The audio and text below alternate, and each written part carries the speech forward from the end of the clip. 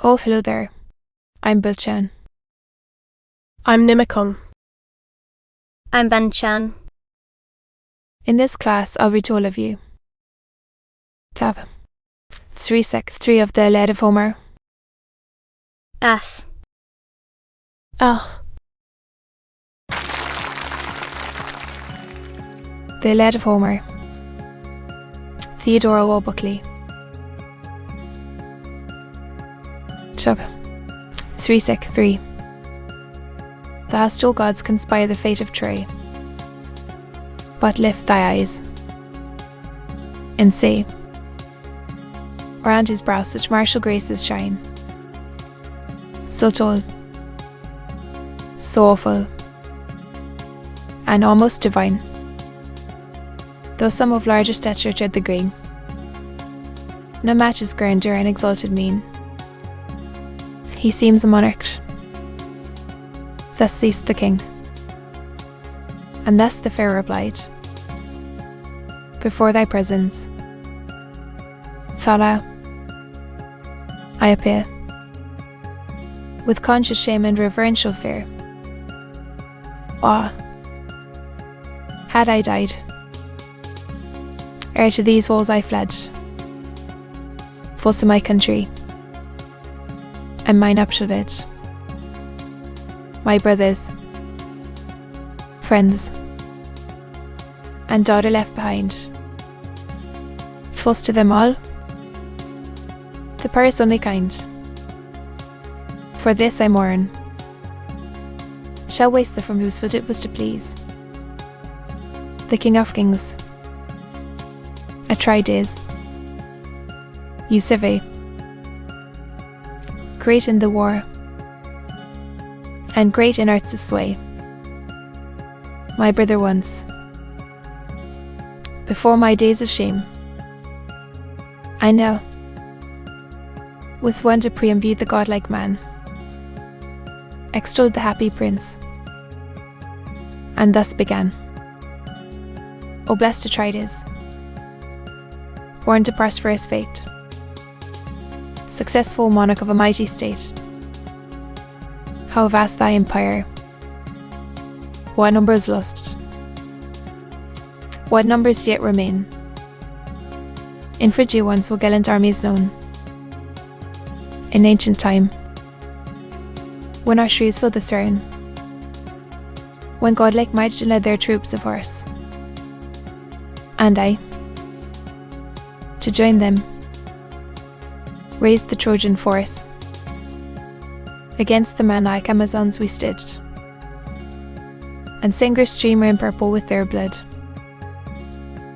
but far inferior those, in martial grace, and strength of numbers. This said, once more he viewed the warrior train. What's he, whose arms lie scattered on the plain?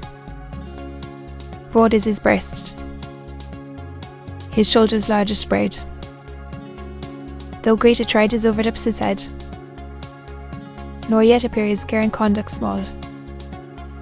From rank to rank he moves, and orders all. The stately ram thus measures o'er the ground, and the master of the flock, then Helen thus, have singled out, is Ithacus the wise. A barren island boasts his glorious birth, Antonio took the word, and thus began. Myself, O King, when, trusting Jove and hospitable laws, to Troy he came, to plead the Grecian cause.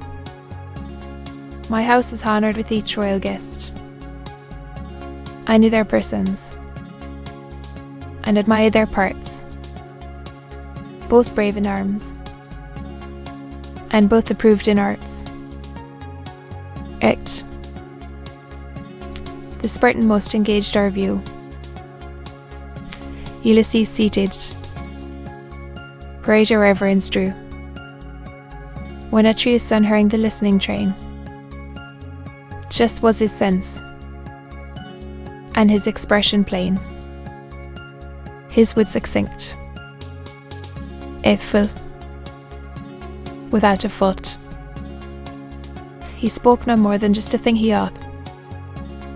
But when Ulysses rose, in thought profound, his modest eyes he fixed upon the ground, as one unskulled or dumb. He seemed to stand, nor raised his head, nor stretched his sceptred hand. But when he speaks, what elocution flows, soft as the fleeces of descending snows. The copious accents fall, with easy art, melting they fall, and sink into the heart. Wondering we hear, and fixed in deep surprise, what chief is that, with giant strength endued, whose brawny shoulders, and whose swelling chest, and lofty stature, far exceed the rest, Ajax the Great, in such a host, the Grecian strength and pride. T, amid uncircle of his curtain powers, great as a god. I saw him once before, with Menelaus on the Spartan shore. The rest I know, and could in order name, all valiant chiefs, and men of mighty fame, yet two are wanting of the numerous train, whom long my eyes have sought, but sought in vain.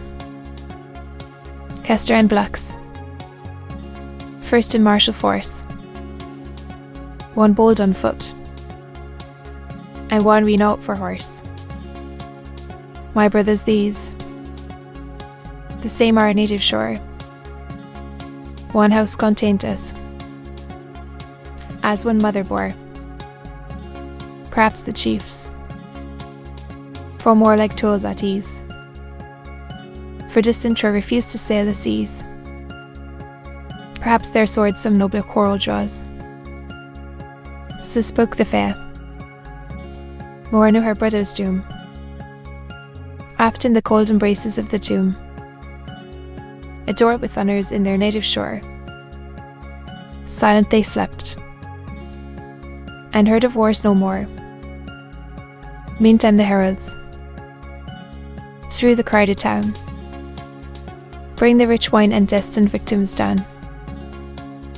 It disarms the golden goblet's breast, who thus the venerable king addressed. Arise, O father of the Trojan state, the nations called to settle the truce, and in the dire debate, art, thy son, and Sparta's king advance, immeasuredless to toss the witty lance, and who his rival shall in arms subdue. His be the dame, and his the treasure too.